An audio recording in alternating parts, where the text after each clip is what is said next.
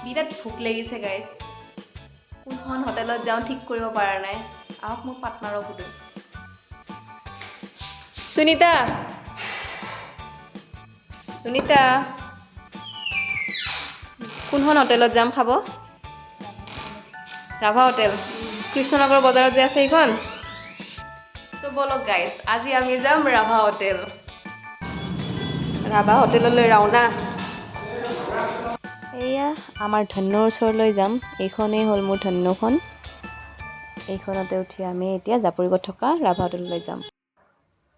finally পাই গ'লোঁ Rabha hotel এয়া চাওক বাহিৰত বহুত মানুহৰ ভিৰ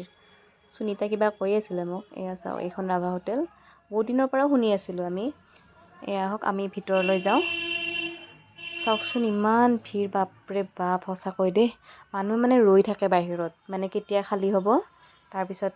মানে কি আৰু বহিব পাৰিব আৰু বহুত ভিৰ ভিতৰলৈ আমি এতিয়া বহি লওঁ ধুনীয়াকৈ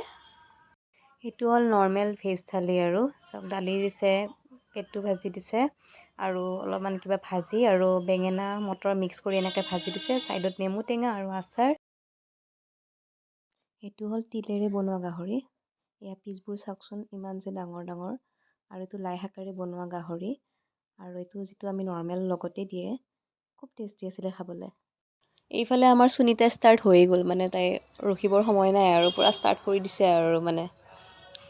সঁচাকৈ খাই লৈ খুব ভাল লাগিল যদি মোৰ ভিডিঅ'টো ভাল পালে প্লিজ মোৰ পেজটো ফ'ল' কৰি দিব আৰু লাইক কৰি দিব